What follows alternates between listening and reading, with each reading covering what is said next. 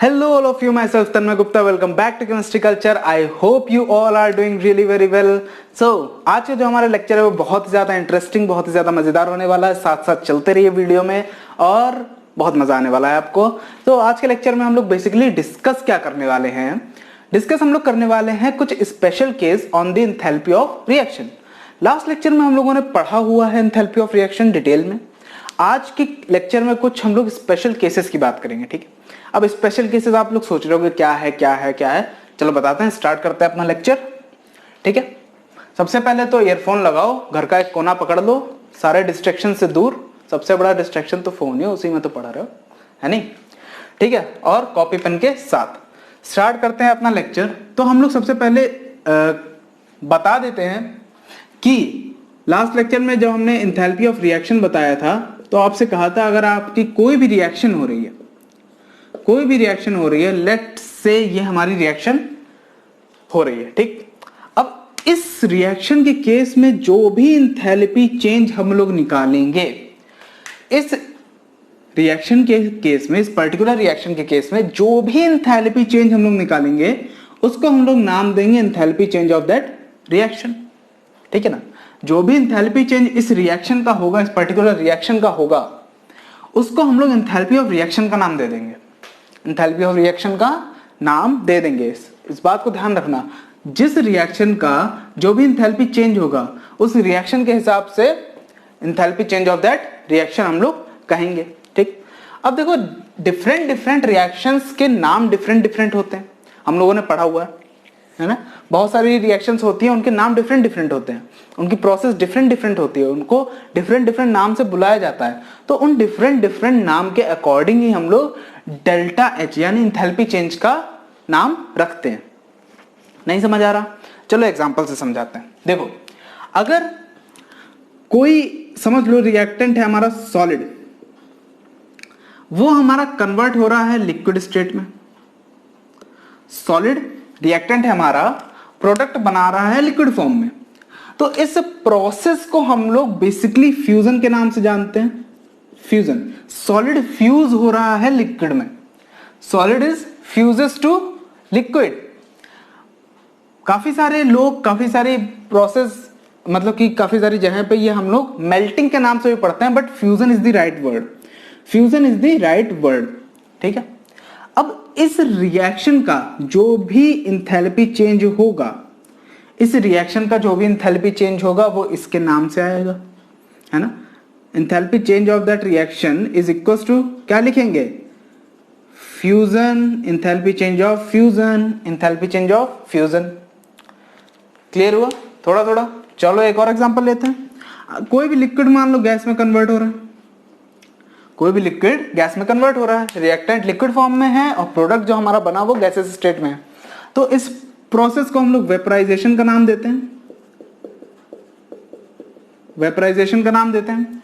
और इस रिएक्शन का जो भी हमारा डेल्टा आर एच होगा, enthalpy change of that particular reaction which converts liquid to gas, is known as enthalpy change of vaporisation.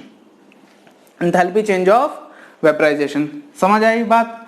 Context clear हो रहा है कि क्या हो रहा है यहाँ पे भाई? ठीक है, एक और एग्जांपल लेते हैं कि अगर हमारा सॉलिड डायरेक्टली कन्वर्ट हो रहा है गैस में, तो इस प्रोसेस को हम लोग सब्लिमेशन के नाम से जानते हैं, सब्लिमेशन के नाम से जानते हैं. ठीक भाई, तो इस पर्टिकुलर रिएक्शन में जो भी हमारा डेल्टा आर एच की वैल्यू होगी वो हमारा कहलाएगा enthalpy change of sublimation for that particular reaction. समझ आ रही है बात भाई कि क्यों हम लोग अलग अलग नाम से एंथैल्पी चेंज को बुलाते हैं? अच्छा, ऐसा करते क्यों है कि आपको अगर कोई भी रिएक्शन दी गई है और आप उस चीज को इस तरीके से मेंशन कर दोगे ना, तो आपका जो भी रिटन है, आप जो लिख रहे हो, अगर कोई एग्जामिनर भी पढ़ रहा है, एग्जाम टाइम में आपने वो लिखा that enthalpy change of that of fusion, enthalpy change of fusion, अगर आपने एग्जाम में लिखा, तो आप रिएक्शन अगर नहीं भी लिखते हो बाय चांस, ठीक है, तो रिएक्शन देख के तो ऑब्वियस सी बात है कोई इतना नहीं बता सकता. तो इससे एक क्लियरिटी हो जाती है कि क्या हो रहा है इस रिएक्शन में. ठीक है ना, इस रिएक्शन में हो क्या रहा है एक्चुअली. ठीक बात, इतनी चीज क्लियर हुई। और ये सारे केसेस किस चीज के हैं भाई? स्पेशल केसेस ही तो हैं हमारे एंथैल्पी ऑफ रिएक्शन के। अरे है तो भाई वो enthalpy of reaction he, but उस रिएक्शन के नाम के अकॉर्डिंग हम लोग उसको बुला लेते हैं, दैट्स इट, है ना। मतलब ये समझ लो कि एंथैल्पी ऑफ रिएक्शन है उसका बाहर का नाम, और ये enthalpy of fusion different different नाम, अलग अलग लोगों के लिए, घर के अलग अलग नाम, सबके लिए अलग अलग बुलाते हैं प्यार से लोग, ठीक है। तो उसी तरीके से समझ लो, ठीक है। इतनी चीज क्लियर हुई, इतनी चीज क्लियर हुई। तो आज के लेक्चर में एक पर्टिकुलर स्पेशल केस पे हम लोग बात करेंगे, ठीक है। इतना तो समझ आया कि हम लोग ये नाम क्यों और किस वजह से ले रहे हैं या रख रहे हैं, ठीक बात। तो एक पर्टिकुलर केस है जिसमें हम लोग आज की वीडियो में डिस्कस करने वाले हैं, जो वो है enthalpy of formation, enthalpy of formation, ठीक है, which is denoted as delta F H, enthalpy of formation delta F H. चलिए बात करते हैं कि एंथैल्पी ऑफ फॉर्मेशन किस बेसिस पे नाम पड़ा है, या किस तरीके से हम लोग एंथैल्पी ऑफ फॉर्मेशन को डिफाइन करते हैं। सबसे पहले, when 1 mole of a compound is formed from its constituent elements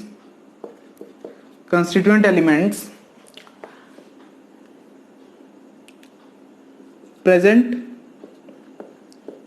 in free or naturally occurring state। चलो अब इस डेफिनेशन को आपको याद रखना बहुत ज्यादा जरूरी है। एंथैल्पी ऑफ फॉर्मेशन क्या बताता है हमको? एंथैल्पी ऑफ फॉर्मेशन हमको बताता है जब भी 1 mole of a compound form होंगे from its constituent elements in free और नेचुरली अकरिंग स्टेट। इतनी बात आपको ध्यान रखनी जरूरी है, जितना मैंने ब्लैक से अंडरलाइन किया हुआ है। 1 मोल कंपाउंड बनेगा, वो भी उन एलिमेंट्स से बनेगा, वो एलिमेंट्स किस में होने चाहिए? नेचुरल अकरिंग स्टेट में होने चाहिए या फ्री स्टेट में होने चाहिए? बात सेम है, फ्री स्टेट हो या नेचुरली अकरिंग स्टेट हो, उसमें होने चाहिए। चलो एग्जांपल देख लेते हैं इसका। एक एग्जांपल से बातें जल्दी समझ आती हैं, जल्दी क्लियर होती हैं। Carbon in solid form plus oxygen in gases form. आप बताओ C+O2 मिलके हमको दे रहे हैं CO2 गैसियस फॉर्म, ठीक। ये हमारा एक एग्जांपल है। अब इसमें देखो, सबसे पहली बात क्या थी? When 1 mole of a compound कितना बन रहा है? 1 मोल। यहां पे 1 मोल कंपाउंड बन रहा है, ठीक। फ्रॉम इट्स कंस्टिट्यूएंट एलिमेंट्स से ही बन रहा है, जो कि नेचुरल स्टेट में है। कार्बन हमको सॉलिड फॉर्म में इसी फॉर्म में मिलता है, और ऑक्सीजन भी हमको O2 फॉर्म में ही मिलता है नेचर में, और बन भी रहा है हमारा 1 मोल। तो इस रिएक्शन का जो भी इंथैल्पी चेंज होगा, वो इंथैल्पी ऑफ फॉर्मेशन कहलाएगा, ठीक है। इंथैल्पी चेंज जो भी इस रिएक्शन का है, वो ही इंथैल्पी चेंज ऑफ फॉर्मेशन कहलाएगा for CO2, enthalpy of formation of CO2। इतनी बात क्लियर हुई, इतनी चीज क्लियर हुई, ठीक है। अब बाय चांस चलो एक और एग्जांपल लेते हैं, लेट से हम अमोनिया बना रहे हैं, N2 plus H2 gives NH3 gives NH3, ठीक है। ये हमारी रिएक्शन हो रही है गैसियस।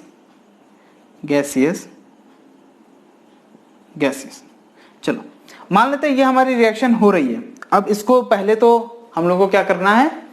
बैलेंस करना है। N2 लगा दें। 3H2। हो गई बैलेंस, हो गई बैलेंस। अब देखो यहाँ पे क्या हो रहा है कि कंस्टिट्यूएंट एलिमेंट से बन रहा है प्रोडक्ट, बट एक चीज ध्यान देने वाली, यहाँ पे बन क्या रहा है, 2 मोल ऑफ अमोनिया। यहाँ पे 2 मोल्स ऑफ अमोनिया का फॉर्मेशन हो रहा है, बट कि हमको चाहिए क्या, 1 मोल। हमको चाहिए 1 मोल, बन रहा है 2 मोल। तो इसकी जो एंथैल्पी चेंज है, इसकी जो एंथैल्पी चेंज है वो एंथैल्पी चेंज ऑफ फॉर्मेशन नहीं कहलाएगी। ये बात ध्यान रखना, एंथैल्पी चेंज ऑफ फॉर्मेशन नहीं कहलाएगी इस रिएक्शन की एंथैल्पी चेंज। इस रिएक्शन का enthalpy change enthalpy change of formation ना कहला के एंथैल्पी चेंज ऑफ रिएक्शन ही कहलाएगा, क्योंकि यहाँ पे 2 मोल का फॉर्मेशन हो रहा है। हमको फॉर्मेशन करना कितने का है, 1 मोल का। अगर इसमें हम लोग कुछ जुगाड़ बनाएं और इस 2 को यहां से हटा के अपॉन में ले जाएं और यहाँ पे 1 मोल फॉर्म करा दें, ठीक बात, तब इस रिएक्शन का, वो वाली नहीं, इस पर्टिकुलर रिएक्शन का जो डेल्टा RH है, जो enthalpy change of that particular reaction is known as enthalpy of formation of NH3। समझ आ गई बात, समझ आई बात, ठीक, समझ आ गई बात। इतनी चीज क्लियर है, इतनी चीज पर्टिकुलरली क्लियर है कि अगर 2 मोल नहीं बन रहा है तो हम लोग एंथैल्पी ऑफ फॉर्मेशन नहीं कहेंगे। अगर 1 मोल नहीं बन रहा है, सॉरी, अगर 1 मोल कंपाउंड की फॉर्मेशन नहीं हो रही है, 2 मोल हो रही है या आधा मोल हो रही है, तो हम उसको एंथैल्पी ऑफ फॉर्मेशन में कंसीडर नहीं करेंगे। ठीक बात, क्लियर हो गई। चलो एक और एग्जांपल लेते हैं, एक और बढ़िया सा एग्जांपल लेते हैं। CaO plus CO2 solid gas बना क्या रहा है हमारा, CaCO3। ठीक है, ये हमारी रिएक्शन हो रही है सॉलिड। अब इस पर्टिकुलर केस का जो रिएक्शन है वो एंथैल्पी, जो रिएक्शन है एंथैल्पी चेंज ऑफ रिएक्शन, वो एंथैल्पी चेंज ऑफ फॉर्मेशन कहलाएगा कि नहीं कहलाएगा। देखो, when 1 mole of compound is form, 1 mole compound form हो रहा है भैया, ठीक है, 1 मोल कंपाउंड फॉर्म हो रहा है, ठीक है, okay, from its constituent element present in free और नेचुरली अकरिंग स्टेट। यहाँ पे कंस्टिट्यूएंट एलिमेंट दिख रहे हैं क्या आपको, कंस्टिट्यूएंट एलिमेंट नहीं है, ये कंपाउंड्स हैं, ठीक है, ये हमको नेचुरली अकरिंग स्टेट में नहीं मिलते हैं, ये एलिमेंट्स नहीं है, पहली चीज तो कंपाउंड है। तो इस केस में भी इस रिएक्शन का जो डेल्टा RH होगा, एंथैल्पी चेंज होगा, वो एंथैल्पी चेंज ऑफ फॉर्मेशन नहीं कहलाएगा, एंथैल्पी चेंज ऑफ फॉर्मेशन नहीं कहलाएगा। अगर 1 मोल बन भी रहा है बट वो कंस्टिट्यूएंट एलिमेंट से नहीं बन रहा है, तो वो enthalpy change of formation consider नहीं किया जाएगा। उसकी एंथैल्पी चेंज होगी जो रिएक्शन की, वो enthalpy change of the reaction ही कहलाएगी। समझ में आ गई बात, इतनी बात क्लियर हुई, इतनी चीज क्लियर हुई। चलो एक और चीज देखो बढ़िया सी, किसी भी रिएक्शन का जो एंथैल्पी चेंज होता है वो एंथैल्पी चेंज ऑफ फॉर्मेशन कब कहलाता है, सॉरी, वो एंथैल्पी चेंज ऑफ फॉर्मेशन कब कहलाता है। इतनी बात क्लियर हो गई, हाँ या ना, यस और नो, अपने आप को बोलो भाई, यहां तक मेरे पास आवाज नहीं आने वाली, बट अपने आप को बोलो कि enthalpy of formation, enthalpy of किसी भी मतलब की change in enthalpy of reaction, वो एंथैल्पी ऑफ फॉर्मेशन के बराबर किस कंडीशन में होता है, उतनी चीज क्लियर हुई। ठीक है, अब मैं बताता हूं कि जो एंथैल्पी ऑफ फॉर्मेशन है ना किसी भी कंपाउंड का, वही enthalpy of that particular compound भी होता है। फील कराऊं इस चीज को, इस बात को फील करना है आपको, इस बात को। चलिए करते हैं। लेट्स से एक रिएक्शन हो रही है हमारी, H2 plus O2 gives H2O। ठीक है भाई, बैलेंस करेंगे तो हाफ कहां लगेगा, यहां पे हाफ लग जाएगा। 2 और 2 यहां पे इसलिए नहीं लगाएंगे क्योंकि हमको बनाना कितना है, 1 मोल। 2 अगर यहां पे लगाएंगे या फिर यहाँ पे लगाएंगे तो यहाँ पे 2 लगाना पड़ेगा, जो कि हमको नहीं चाहिए। 2 मोल नहीं चाहिए भैया, 1 मोल चाहिए। तो हम लोग हाफ से मल्टीप्लाई कर देंगे और हमारी रिएक्शन बैलेंस हो जाएगी।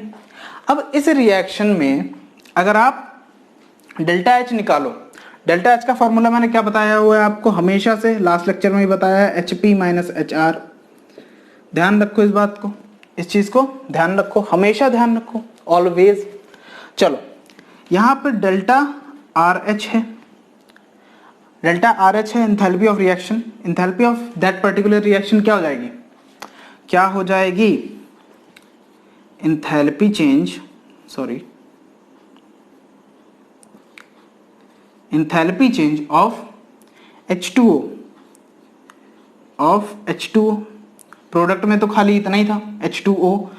रिएक्टेंट में क्या है, रिएक्टेंट में है H2, यानी एंथैल्पी चेंज ऑफ H2, ठीक, प्लस 1/2 एंथैल्पी चेंज ऑफ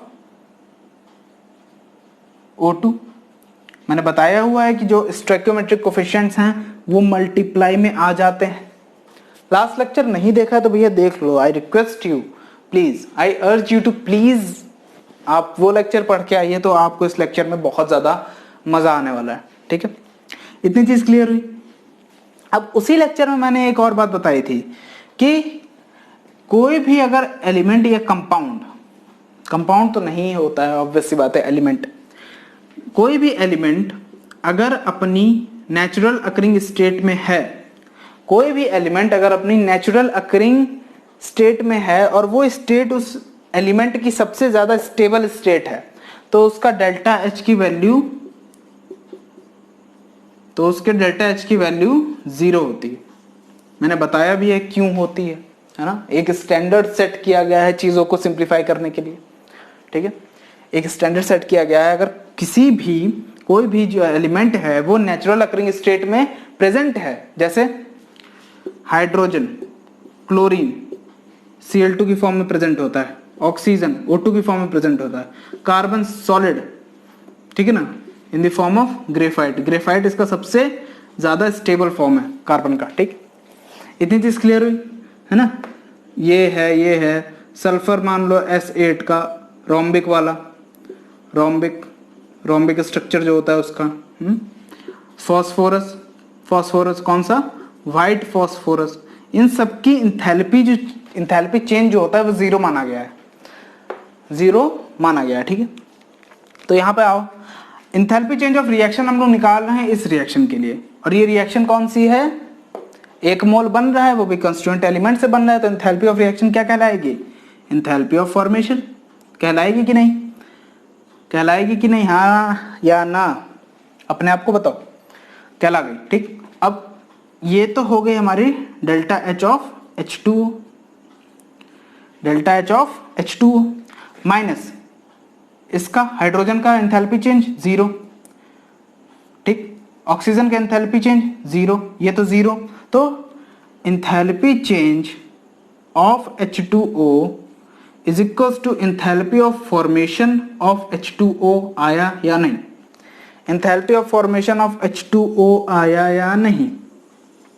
तो किसी भी रिएक्शन का, किसी भी कंपाउंड का या किसी भी चीज का एंथैल्पी वही होती है जो उसकी एंथैल्पी ऑफ फॉर्मेशन होती है ना। अब समझो, जैसे क्या एग्जांपल दूं आपको, जैसे कोई भी चीज बनती है जब, तो उसमें जितनी एनर्जी होती है, जितनी एनर्जी चेंज उसको बनाने में आएगा, वही तो उस कंपाउंड का या किसी भी चीज का एनर्जी चेंज होगा। उसके अलावा कहां से आएगा, जो हम लोग लिख देते हैं, कई क्वेश्चंस में आप लोगों ने देखा होगा कि डेल्टा एच की वैल्यू गिवन होती है ना, डेल्टा एच की वैल्यू गिवन होती है, बहुत सारे क्वेश्चन में अभी मैं भी कराऊंगा, उसमें भी होगी। तो वो एंथैल्पी चेंज कहां से आई है, वो एंथैल्पी चेंज वो उस कंपाउंड का, उस पर्टिकुलर कंपाउंड का एंथैल्पी चेंज ऑफ फॉर्मेशन है। जब वो कंपाउंड बना होगा कहीं से, तो एंथैल्पी चेंज ऑफ फॉर्मेशन जो है उसका, वही उसका एंथैल्पी चेंज हो जाता है। समझ आ रही है इतनी बात, इतनी चीज क्लियर हुई, इतना कंटेक्स्ट क्लियर हो गया बिल्कुल बिना किसी दिक्कत के, ठीक है। आपको बस ध्यान क्या रखना है इस केस में, एंथैल्पी ऑफ फॉर्मेशन तभी हम लोग कहेंगे जब 1 मोल ऑफ कंपाउंड बनेगा, वो भी कंस्टिट्यूएंट एलिमेंट से, वो भी किसमें होने चाहिए, नेचुरली अकरिंग स्टेट। इतनी बात क्लियर होनी चाहिए। और ये फॉर्मूला ऑलवेज न्यूमेरिकल में हमेशा ये फॉर्मूला यूज होगा, हमेशा, ऑलवेज, ठीक है ना। अभी मैं कराऊंगा, अभी कुछ टाइप्स भी बताऊंगा किस किस तरीके से क्वेश्चन आपसे पूछे जाएंगे। मेनली इंथैल्पी पे, इंट्रोपी पे, गिब्स फ्री एनर्जी, ये सारे जो टॉपिक्स आगे आने वाले हैं, इन सब पे बेसिकली न्यूमेरिकल्स पूछे जाते हैं। इंटरनल एनर्जी जो मैं पढ़ा चुका हूं, है ना। तो इस पर्टिकुलर टॉपिक पे भी मोस्टली आपसे न्यूमेरिकल ही पूछे जाएंगे, मोस्टली। और न्यूमेरिकल कौन कौन से टाइप के होते हैं वो मैं आपको बता देता हूं, ठीक है बात। और किस किस केस में एंथैल्पी ऑफ फॉर्मेशन हम लोग नहीं कहेंगे, ये भी ध्यान रखना, है ना। Condition always remember, condition will always be remember. चलो चलिए बात करते हैं न्यूमेरिकल्स की।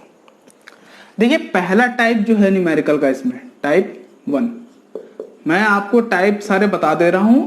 इससे बाहर जो क्वेश्चन होगा, अगर कोई क्वेश्चन हुआ इन टाइप के बाहर, तो उसकी मैं अलग से वीडियो बनाऊंगा, जिनमें मैं कंसीडर करूंगा लास्ट ईयर जेईई मेंस के क्वेश्चन और आपके सीबीएसई बोर्ड के क्वेश्चंस को, ठीक है ना। तो वो अलग से वीडियो आएगा सिर्फ और सिर्फ न्यूमेरिकल्स पे, ठीक है। लेकिन जितने टाइप के अभी बन सकते हैं न्यूमेरिकल्स वो मैं आपको बता रहा हूं। देखो टाइप 1 क्या है। टाइप 1 आपको कोई भी रिएक्शन दी होगी, सपोज ये रिएक्शन दे रखी है आपको, ठीक है। अब इस रिएक्शन का डेल्टा RH गिवन है, डेल्टा RH आपको गिवन है, मान लो डेल्टा RH गिवन है। अब डेल्टा RH गिवन है, आपको निकालना क्या है, आपको कह दिया इस जो C है, find enthalpy of formation of C। आपको C का एंथैल्पी ऑफ फॉर्मेशन बताना, enthalpy of formation of C। अब फॉर्मूला क्या लगाओगे यहां पे, देखो फॉर्मूला सीधा सीधा फॉर्मूला लगेगा, डेल्टा HP माइनस HR, ठीक है। बात क्लियर हुई। चलो delta RH x kilo joule, ठीक है। तो ये क्या हो जाएगा, x kilo joule. C time of enthalpy of formation of C, है ना। किसी भी एंथैल्पी, किसी भी कंपाउंड की एंथैल्पी हमने क्या बताया अभी, एंथैल्पी ऑफ फॉर्मेशन के बराबर होती है। तो आप न्यूमेरिकल में हमेशा एंथैल्पी ऑफ फॉर्मेशन रखो, हमेशा एंथैल्पी ऑफ फॉर्मेशन रखो, ठीक है। ठीक है, गिवन भी होगी आपको कई जगह पे, कई न्यूमेरिकल्स में। Enthalpy of formation of A times of enthalpy of formation of A plus B times of enthalpy of formation of B। इतनी चीज क्लियर हुई, इतनी चीज क्लियर हो गई। अब यहां से आप लोग ऑब्वियस सी बात है डेल्टा FHC निकाल लोगे। ये पहले टाइप का न्यूमेरिकल है। अच्छा एक चीज और ध्यान रखो, अगर हमारी जो रिएक्शन होती है एंथैल्पी ऑफ फॉर्मेशन की जो एंथैल्पी ऑफ फॉर्मेशन की रिएक्शन होती है, अगर वो 298 केल्विन और 1 बार प्रेशर पे हो तो वो स्टैंडर्ड एंथैल्पी ऑफ फॉर्मेशन कहलाएगा, standard enthalpy of formation, delta FH not. और न्यूमेरिकल्स में बेसिकली जनरली ज्यादातर हमारा स्टैंडर्ड स्टेट में बातें होती हैं, समझ रहे हो, हमारी जनरली स्टैंडर्ड स्टेट में बातें होंगी in the case of numericals. इतनी चीज क्लियर हुई। चलो इस केस पे एक एग्जांपल देखते हैं, इस केस पे एक एग्जांपल देखते हैं बढ़िया सा। देखो केस पहला है, ये एग्जांपल देख लेते हैं।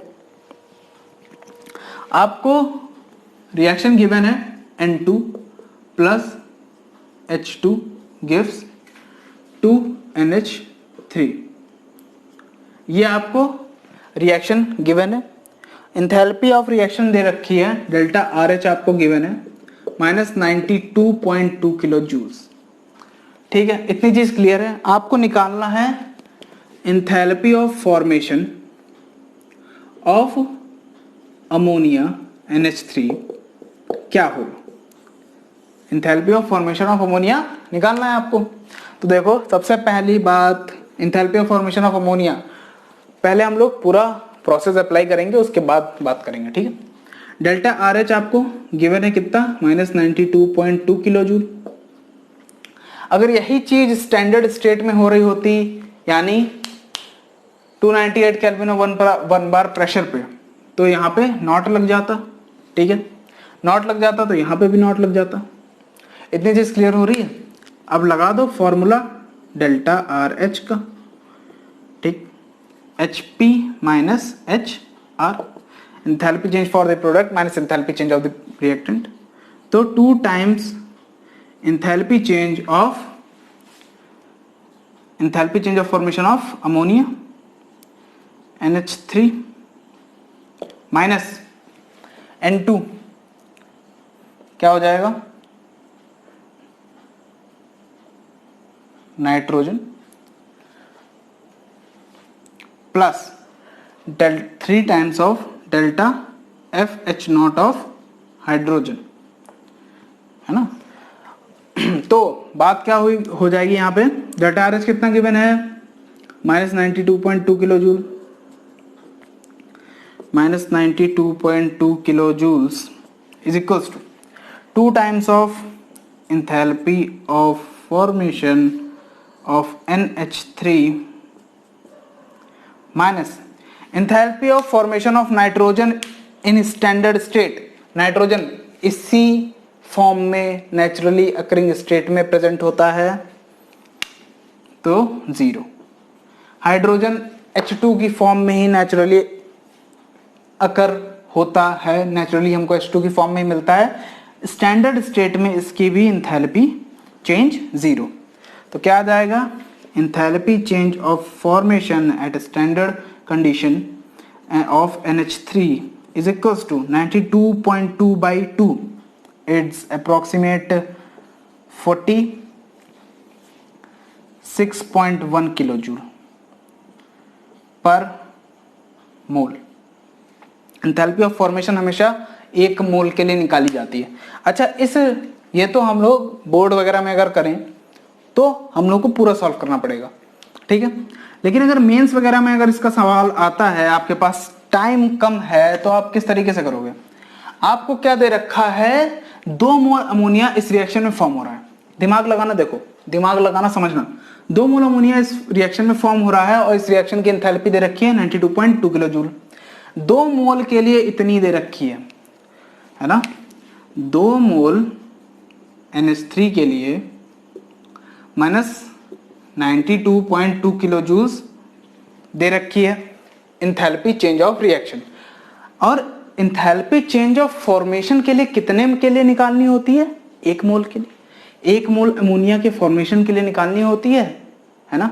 1 मोल के लिए निकालनी होती है, तो भाई 1 मोल के लिए कितनी हो जाएगी, -92.2 kilo joule upon 2, -46.1 kilo joule per mole, 1 मोल के लिए आंसर। बट ये हर केस में नहीं कर सकते हो। अगर कंस्टिट्यूएंट दे रखे हैं, constituent elements, enthalpy of formation पूछा हुआ है, तभी ये काम करोगे आप। यहाँ पे देख लेना, क्योंकि इसकी एंथैल्पी 0 होनी जरूरी है, तभी ये काम चल पाएगा, वरना नहीं। वरना पूरा प्रोसेस आप लोग फॉलो करो। ठीक, टाइप 2 न्यूमेरिकल्स, ये तो टाइप 1 था। एग्जाम्पल्स के ही थ्रू मैं समझा रहा हूं सारे टाइप।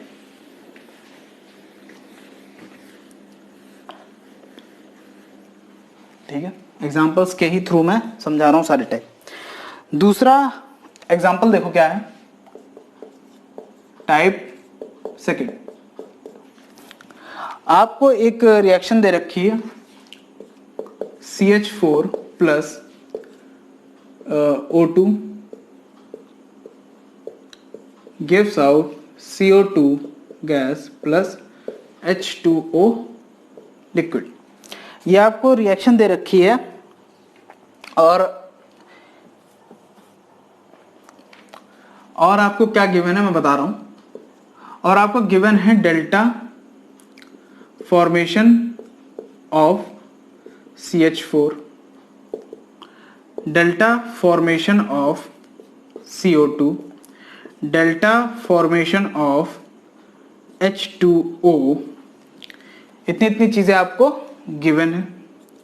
और आपको निकालना क्या है, what you have to find, you have to find delta RH naught of the reaction, enthalpy change of reaction at standard state, ये आपको निकालना है। इनकी वैल्यूज गिवन है -74.8 किलो जूल पर मोल, क्योंकि इंथैल्पी ऑफ फॉर्मेशन है तो पर मोल में ही आएगी। एक मोल के लिए निकालते हैं -393.5 किलो जूल पर मोल, और इसकी गिवन है -285.8 kilo joule, -285.8 kilo joule per मोल। यह आपको गिवन है। आपको निकालना क्या है, एंथैल्पी ऑफ रिएक्शन। सीधी सी बात है, फॉर्मूला क्या लगाओगे, delta RH not. Enthalpy of formation of product क्या हो जाएगा, delta FH not of CO2 plus delta FH not of H2O। यहाँ पे स्टोइकियोमेट्रिक कोफिशिएंट 2 है तो यहाँ पे भी स्टोइकियोमेट्रिक कोफिशिएंट में 2 आएगा, ठीक।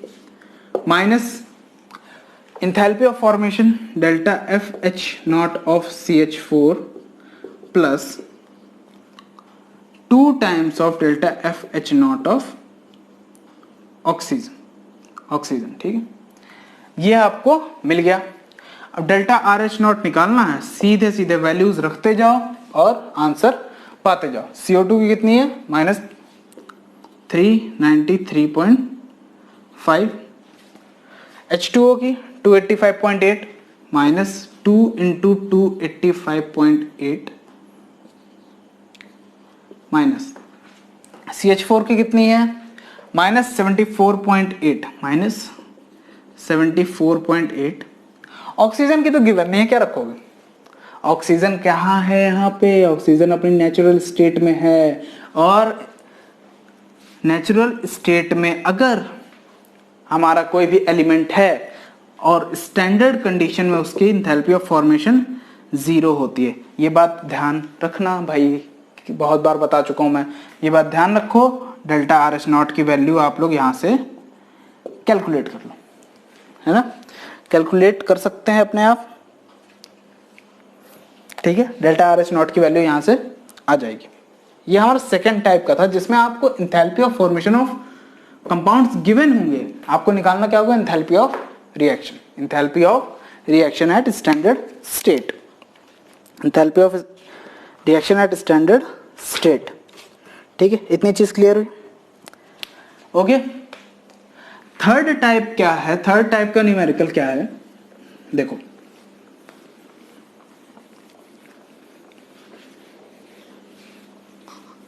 थर्ड टाइप का न्यूमेरिकल भी अप्रोक्सीमेट फर्स्ट टाइप जैसा ही है ना, बट कुछ चेंज है थोड़ा सा। आपको न्यूमेरिकल दे रखा है, क्वेश्चन लेते हैं सीधे। The enthalpy of formation of Fe2O3,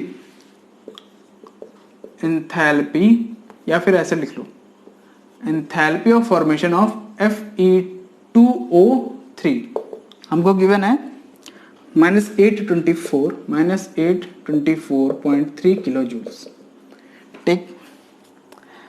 calculate करना है, कैलकुलेट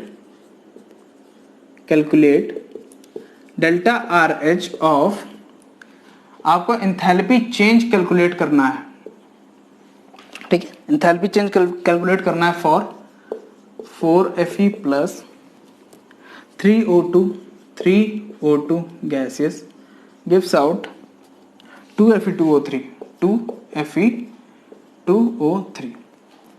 ये इस रिएक्शन के लिए आपको enthalpy change of reaction calculate करना है। Enthalpy of formation of Fe2O3 given है, अब देखो enthalpy of formation of Fe2O3 किसके लिए होता है?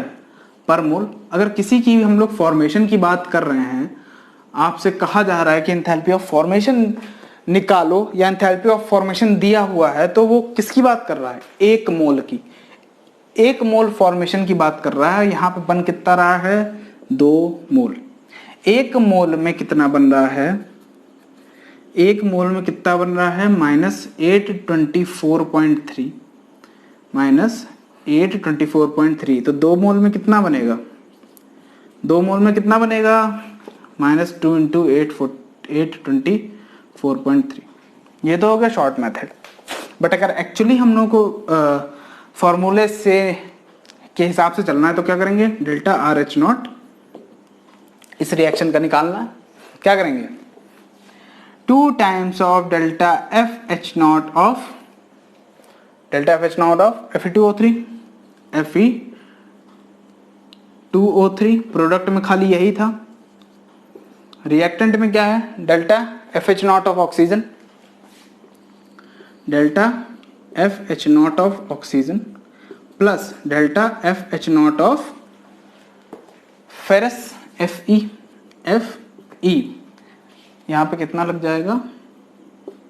4 और यहाँ पे कोफिशिएंट कितना है? 3। इतनी चीज क्लियर हुई? इतनी चीज क्लियर हुई। अब डेल्टा RH0 हमको फाइंड करना है। 2 ये है, डेल्टा FH0 हमको गिवन है -824 किलो जूल। ठीक है। इन स्टैंडर्ड स्टेट, मैं फिर से बोल रहा हूं, इन स्टैंडर्ड स्टेट कोई भी एलिमेंट अगर अपनी नेचुरल अकरिंग स्टेट में है तो उसका डेल्टा H0 0 हो जाएगा, एंथैल्पी चेंज 0 हो जाएगा। ऑक्सीजन ऐसे ही मिलता है, सॉरी, ऑक्सीजन इसी वे में मिलता है -3 × 0 प्लस फेरस आयरन भी हमको इसी फॉर्म में मिलता है, सॉल्ट फॉर्म में, इंटू 0। तो ये वैल्यू हमारी डेल्टा RH0 की आ जाएगी। आप लोग कैलकुलेट करके देख लेना। आंसर दोनों का सेम ही आ रहा है, देख सकते हो आप लोग। इतनी चीज क्लियर हुई। तो ये पर्टिकुलर 3 टाइप के रिएक्शन हम लोगों के न्यूमेरिकल्स थे जो मोस्टली देखे जाते हैं। ठीक है। पहले में क्या था कि आपको एंथैल्पी ऑफ फॉर्मेशन गिवन है, sorry enthalpy of reaction given है, एंथैल्पी ऑफ रिएक्शन गिवन है और एंथैल्पी ऑफ फॉर्मेशन निकालना है। ठीक।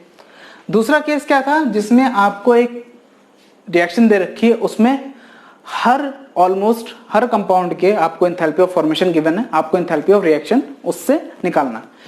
इसमें क्या था थर्ड केस में कि आपको एंथैल्पी ऑफ फॉर्मेशन एक पर्टिकुलर कंपाउंड का दे दिया है और उस पर्टिकुलर कंपाउंड से आपको डेल्टा RH0 यानी enthalpy change of the reaction निकालना है। तो ये 3 टाइप के बेसिकली हमारे न्यूमेरिकल्स थे।